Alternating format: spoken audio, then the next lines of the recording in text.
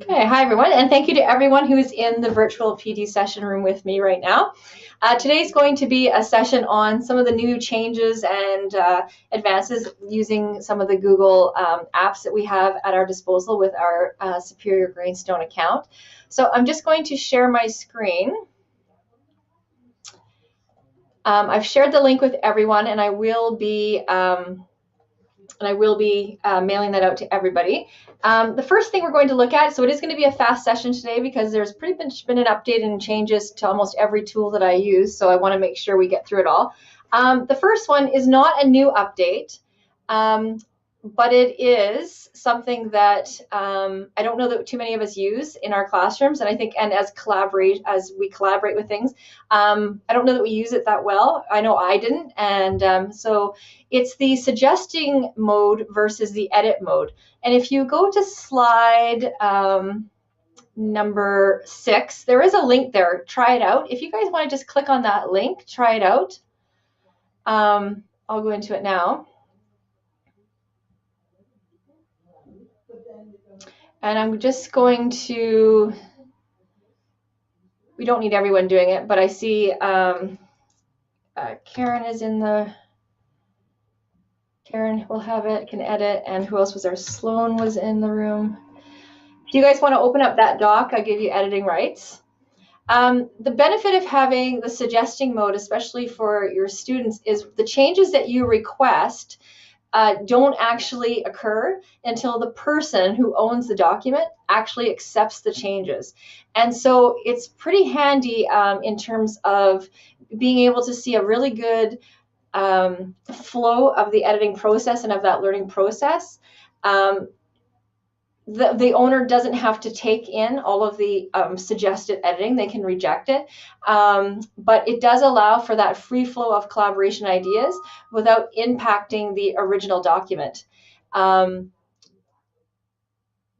I'm just going to go into the document here. So you can see someone's typing in, I think it's Sloan. So Sloan is typing in some recommended changes. So you can see that there's obviously some errors in that document.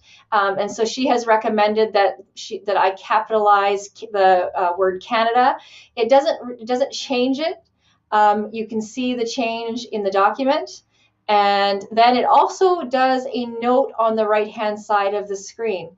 Karen, do you want to do an editing in there? You can actually do a whole comment or add in like another sentence or whatever, and you can see what that looks like. So Sloan, if you want to do me a favor, can you just type in a sentence anywhere on the doc? I hate to put you on the spot. It does not even have to be about the topic, but just any old sentence there.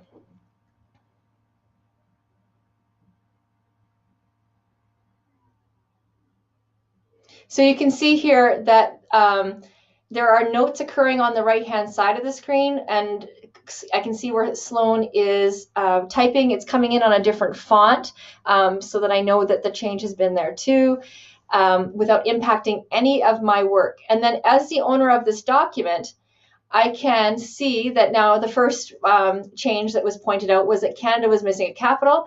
I can just simply click accept the suggestion, and it becomes my work. Okay. Now, Sloan has typed in, it is interesting that beavers are in Argentina too. As the owner of that document, I may not wish to have that sentence in it. I'm going to take into consideration I could leave her feedback. I could say something, do you think that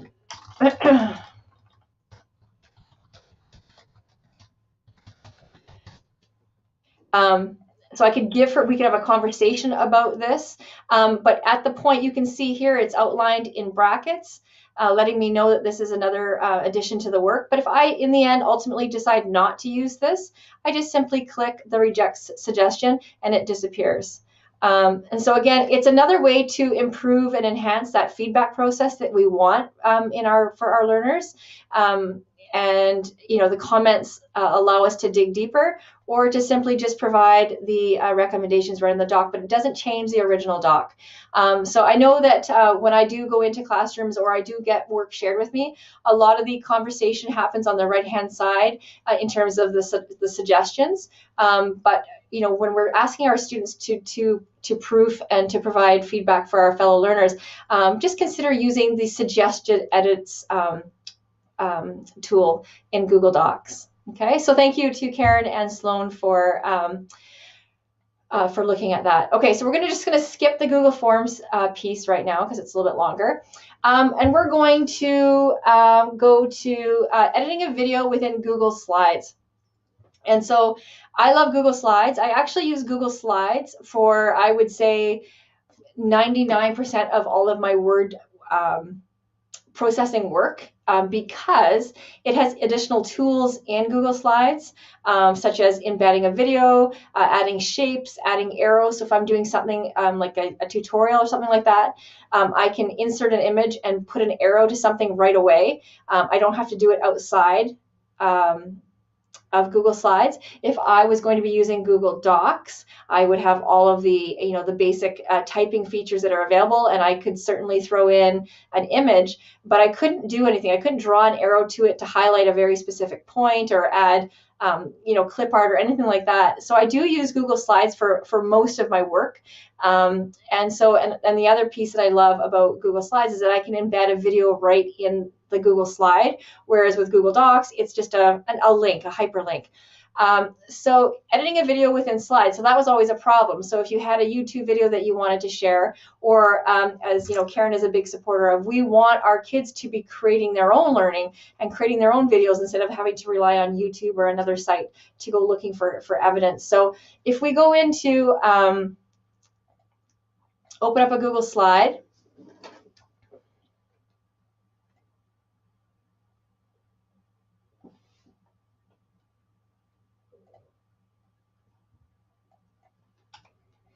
and I'm going to look at a YouTube. So say we were doing a big report on beavers, and I would go to videos, pardon me.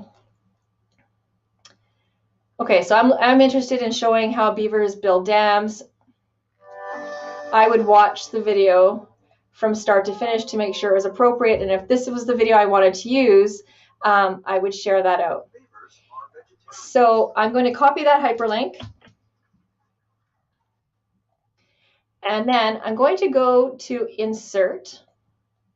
And in theory, I could just have type out a sentence and then hyperlink, like click here for the video. But I want to make this, when people see a video ready to play, they are innately drawn to just wanting to click play. So I'm going to click on video, pardon me, and I'm going to search by URL.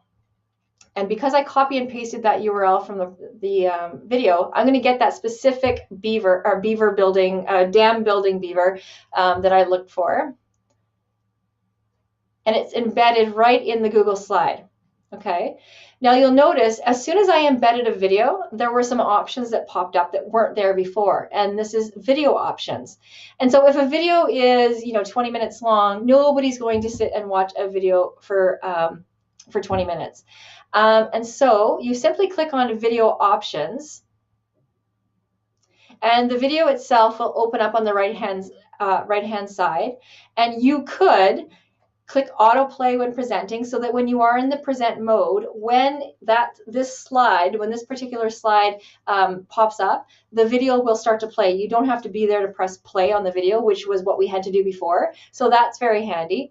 But you can also decide, so we know that this video is 2 minutes and 33 seconds long, but let's just say the first 30 seconds really have nothing to do with what I'm specifically talking about. So I'm actually going to start the video right at 2 o'clock, and I'm going to only have it play for 10 seconds. Okay, whoop. And now I'm going to go into present mode. And it started playing at the 2-minute mark.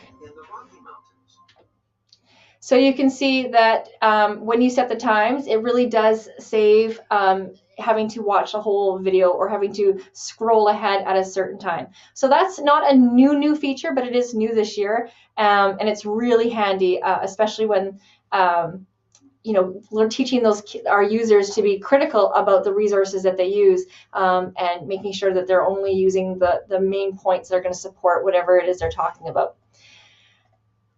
Google Keep.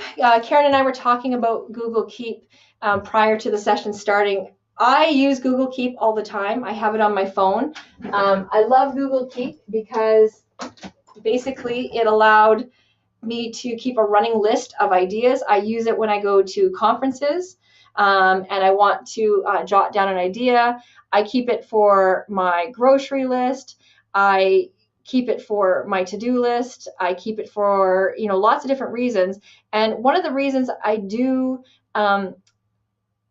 keep a list on Google versus just a note, just because it does so many different things that are just easily embeddable into any of my Google practices. But I also can collaborate with other people in my life and say, okay, here's the grocery list, cross off what you got, because we're all busy and we share responsibilities with people. But if you want to add in, so I'm going to go back to my written report here, and let's just say I had started to write some ideas about beavers, or I'd come across a link that I really wanted to share. If I go into Tools and I go into my Keep notepad, all of my notes on Keep are going to be come up on the side. And I was testing yesterday how quick the notes actually showed up. So I typed in on my phone. This is really cool. So I'm going to use my phone right now. I'm going to start a new note. And I'm going to say,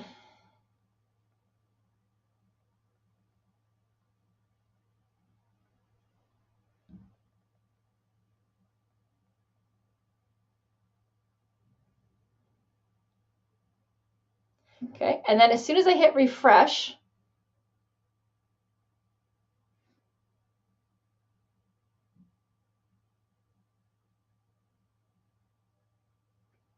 it's a little bit slow today. As soon as I hit refresh and I go to Tools and I go to Keep Notepad, there's my note. I typed in on my phone, hi everyone, thanks for joining TELC PD today. We've got a whole bunch of notes here, so I can take a look at this note I've got here, and if this is what I wanted to include, I would just simply click Add to Document, and you can see that entire document, or that entire list shows up in my Word doc. So I don't have any hesitation with using Google Keep, because I know that my ideas, sometimes I don't have my laptop available, or it's already packed away and my flight's leaving, and I have got these ideas in my head. I can write entire paragraphs, whatever, on my phone, and just simply know that later on I can insert that into my Google Doc. It also works for Google Slides. So again, if you go to Tools and you go to Keep Notepad, all of my notes will be in there. In reverse, I can also take a note here. I'm going to say, I love learning new tricks and tips. So I'm going to do that. And I'm just going to check my phone, and it is immediately on my phone. So it works in reverse too. So if you do use Keep on your computer, which I actually didn't know you could do, you could use it as an organizer on your computer as well. So this is the computer version of it. So it's obviously a bigger screen. You could continue to keep notes here. These exact notes will show on your phone. I like them because I can, you can easily delete a note. You can drag them around. If something's really important, you can color code them. You can create a reminder. You can do a checkbox, make a list. You can add a drawing. You can label things. So I do love it for all the different ways I can organize my thoughts. And again, all seamless integration into Google Docs and Google Slides. So I wasn't sure if you guys were aware of that and how easy it was. Now, the trick I will tell you is that if you have started Google Keep on your own through your Gmail, you have to set it up, and it's easy to do. You just have to go into settings and make sure that you use your Google account provided by the board for it to be seamless. So my personal Gmail, I'm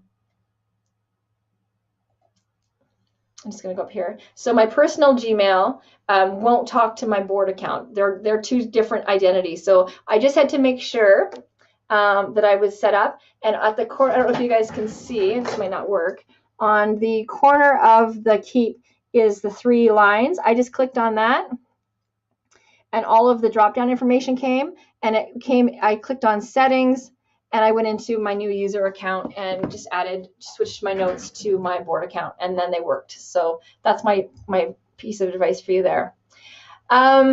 Google Sheets. I love Google Sheets. Beginning to really organize big projects, year-long events. I organized a couple events this year. We simply just use Google Sheets. I'll just show you a I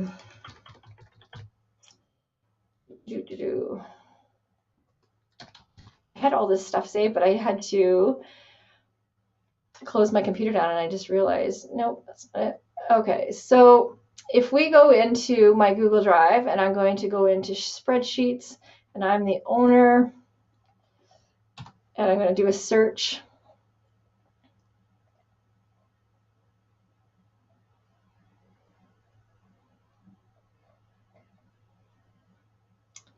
Oh, of course it's not coming up. Okay, so I'm going to look at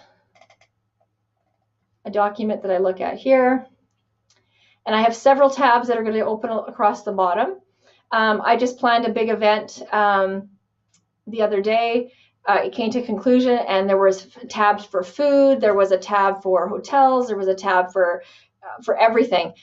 So if you click on the bottom of your tabs, if you have multiple tabs across the screen, and again, I have really shifted away from using Google Docs, Google Slides for any organization activities I have to do. I use everything in Sheets just because I can control the data and filter down the data so much easier. If you click on the drop-down arrow and you're collaborating with people, maybe you only want someone to be able to collaborate on their sheet. So I did send out an activity. I'm trying to think when that was, last spring, and I had a general sheet that had all the information for all schools within the board, and then I had a separate tab for every specific school in the board. Had I known this, this wasn't around, but if I had this option, I would have locked it down to only certain people having access to each school's sheet, because there was some instances of schools going into other schools' sheets, tabs accidentally. So if you click on the drop-down arrow and you click Protect Sheet, you can set the permissions. So there's a protected sheets and ranges. If you set permissions, I can now decide that Mr. Tamlin is no longer having access to that sheet, and then I could change that. So you could change your who gets to do what on each sheet, so you don't have to worry about people making a mistake and doing something wrong there. So again, when you're talking about the multiple pages, that's really handy. So here's an event planner that I did. I don't think I was collaborating with anyone, but you can see just some of the different tabs that I had. I'm just waiting for it to load. So I had one for attendees, I had one for hotels, I had one for food, tasks, responsibilities, the actual form responses. So if I clicked on a tab here, you might want to know, are the tasks done? And sometimes you'd have to go into the cell and type in yes or no. If you click on Insert now, and we have a new option, if you click Checkbox, a checkbox will now be inserted into that cell. So now you would just simply have to click and unclick. And as a list maker, I find this a huge advance in terms of my use of Google Sheets. And rather than having to do that for every cell, once you click on a cell and you go to insert, and we want to again insert the checkbox, if you drag that little blue square in the right hand corner and you drag it all the way down, it will go as far as you drag it down. That feature will be added to all the cells. So you just do it in the first one and away you go. And again, as people complete their tasks, you can just go in and check so you know it's done. So this is a new feature that I absolutely love because it's in Google Sheets. Okay, Karen, are there any questions? How are we doing?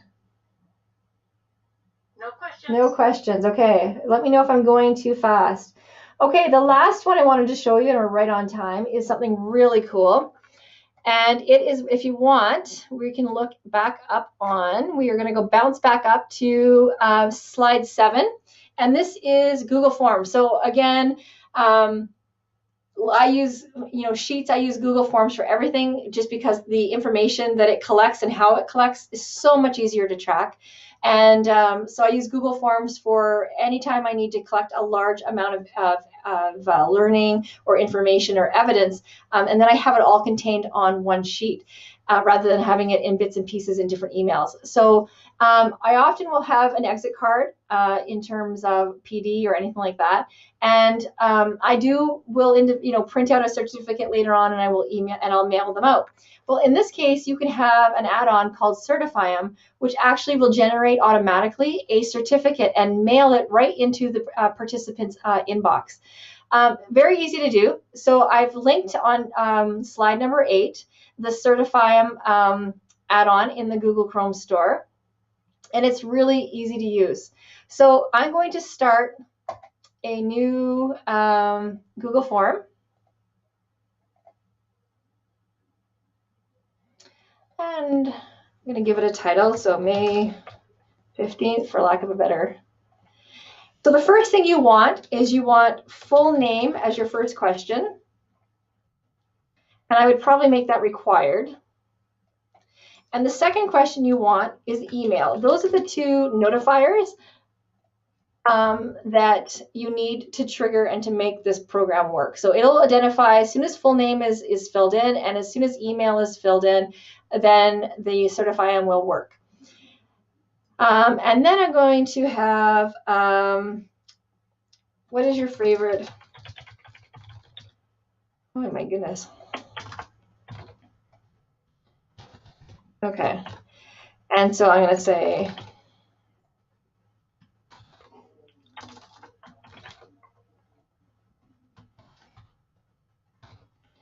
okay. Now you've got your quiz all set to go, and you need it in order for it to work.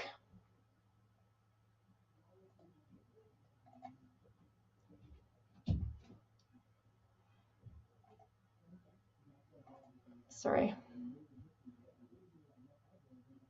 Okay, so we go to add-ons.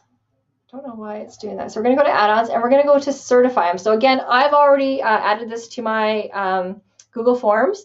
If you want to go to grab an add-on, whoops. Are you guys seeing my screen? No, we see you. Sorry, I didn't switch back. I'm not sure how much you missed of that. I apologize for that. I'm going to share my screen again. Were you guys able to see me add check marks in the Google Sheets? No. Okay, so we're going to go back for 1 second to the Google Sheets. And so did you see how I was able to set the permissions? No. Okay, so I apologize, everyone. So here is a list of my different tabs for an event that I organized. If you click on the drop-down arrow beside each tab and you go to Protect Sheet, the Set Permissions will pop up. And right now, I don't have any collaborators on this doc, but if there were several collaborators on this sheet, then I could just say, limit to Karen Enders. And so if the tab was simply about Beardmore, I wouldn't want, say, Jenny from Niprock being able to go in and edit that or mess around with any of the data. So that's how you change and protect the tabs there. The other thing that I was telling you about is I really love the check marks because I'm a big list maker and I like to see my tasks selected. If you go to Insert and down here select Checkbox, a checkbox will appear in the cell, and it will only do it for the cell you've selected. So if you want to apply that to the whole row, or to the whole column, you just simply click on that blue box, oops, and drag it down for as many of the lines you need, and there you go. And so when someone, or whether it's you or someone else, one of your collaborators completes a task or whatever, you can just simply click it off so you know it's done. Whereas before you would have to type in, yes, no, or however you were, identifying that task was done. So I love that feature, and so I'm apologizing for having to backtrack. So the new feature that I'm talking about in Google Forms is called Certify 'em. And again, if you go to, I believe I said slide 8, there's a link there for how to get that added to your Google Forms. So I just made a simple Google form with the first question being full name and the second question being email, and that's it. So, and then I've got a question. So if you go to your add-ons, which is the puzzle piece at the top of the page, and we go to Certify 'em, you have to enable the Certify 'em quiz, and it's going to enable.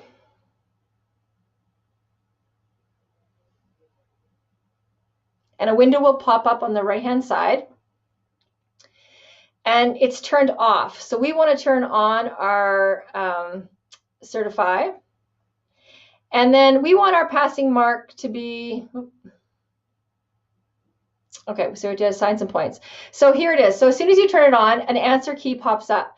Now, if I was simply doing a participation, so this was an event where people came to learn with me and from me for PD, there is no wrong or right answer. But I would still want people to be able to generate their own participation certificate. So what I would do is I would click on answer key, and I would give them a mark of 1, and I would just simply select all the possible answers as the right answer. But if you were really doing this for assessment practices, there may only be one answer. So maybe Apple is the correct answer, and so that's the only one you select. And if you don't get that right, then you won't be able to generate a certificate. But in my case, I'm always looking for, it's a feedback, it's an exit card, and so I would select all the possible answers so that the person can generate their certificate. I would say, and then again, you have to turn it on. Okay, and now my passing mark. So if you were doing this for assessment, you might say, well, as long as a student gets 80% overall, they'll get a passing certificate. But again, I'm just using mine for, assessment. So I'm going to say 100%. I've given them one question, and if they get it right. You have some templates that are provided by Certify 'em. There's, you click on the drop-down arrow, and there's a whole bunch here. And you can select any one of them, and then that's it, you're done. And you can, it sends you an email telling you that Certify is working, and then you would share out that link.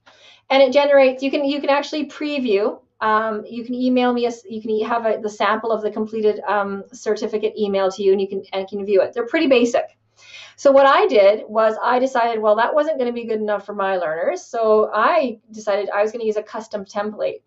And so I had a whole bunch of, I just went into Google and did a search for certificates. And if I select a file here, I made one yesterday. And of course, student certificate. And I'm going to choose that one. And I edited it yesterday. I made it pretty, and I tweaked it to what I wanted it to be. And then, so now I know it's linked to student certificate. So what I would like you to do, and that's all you need to do. So you can stick with the standard templates, or you can choose your own. It's entirely up to you. And again, the notifiers that you need to make this work are email and your full name. So what I would like you to do on slide number on 8, is a Google form link. If you just want to complete that for me right now, you can click on that hyperlink and just fill that in. Then I want to be able to show you what it looks like. And so the other benefit of using Certify 'em is that it creates a spreadsheet. And so anybody who completes this form, it does an automatic spreadsheet for me. And so the benefit would be, well, at the end, sometimes at the end of a session, if you have done it anonymously, you really don't know who's given you, who's completed the feedback or which student is missing the work. In this case, it'll give me a record, and I can say, I'm really looking forward to your feedback, Karen. Please submit. So there is a record of the certificates that were issued. Okay.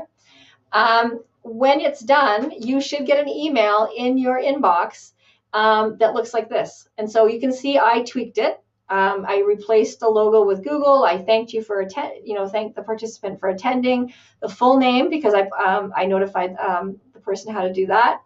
I gave it a new name, and then I dated it, provided a name and a location. And so this is the certificate that it popped up in my email. And then the participant can then either just download it and put it in their drive if they're keeping it for professional development, or you could print it off for your students. But that's all you needed to do. I can show you very quickly what there's my student certificate from yesterday. I just took a template that was in Google, and you have to, when you're replacing any of the information that's in the certificate with information on the Google form, you have to surround it with those funny brackets.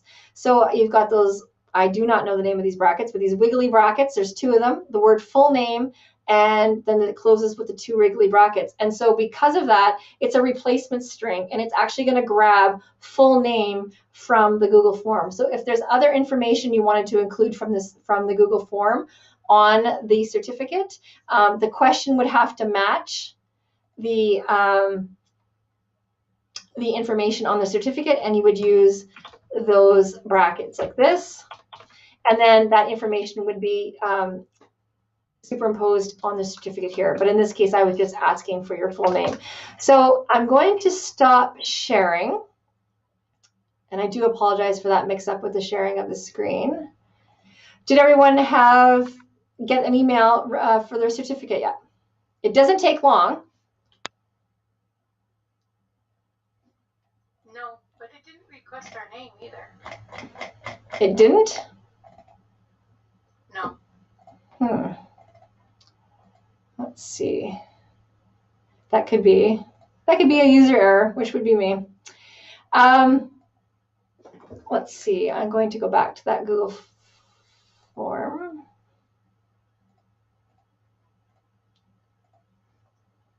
Jennifer said she had to enter her name, but she didn't get an email. And Rebecca said she entered your name too. Okay, so on mine I see name and I see email. And so let's go back to the chat. Okay, so it could be taking a little bit, but I got mine. Now I did mine after 4:30. There was really nobody in the school, and it happened lickety split. So if you don't get that, I'd like to know, because it worked flawlessly. I did practice twice last night, and it worked. So you do need to add Certify to your Google Forms though to have that working. So I always try to stick to 30 minutes. I would have been done in 30 minutes if I hadn't messed up the screen share. So I'm going to end the presentation. I will stay in the room for any questions. I'm just going to stop recording. I want to thank all of you for taking the time out today to come into the room, and I'm going to stay in the room if you have any questions.